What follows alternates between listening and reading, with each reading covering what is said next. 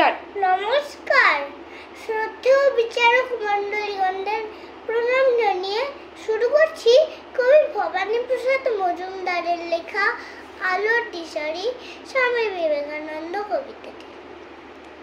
তুমি বলেছিলে জীবে প্রেম করে যেজন সেজন সেবিছে ঈশ্বর। কাউকে বলনি, তোরা নিচ জাত, যা যা দূরে যা ঈশ্বর।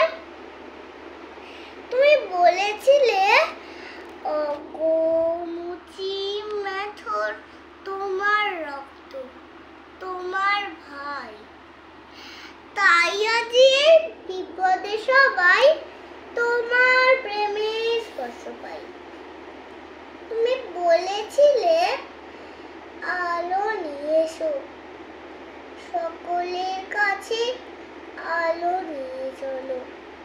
আলোর দিশারি বলো আজও কেন তোমার দু চোখ দেখি চলো চলো।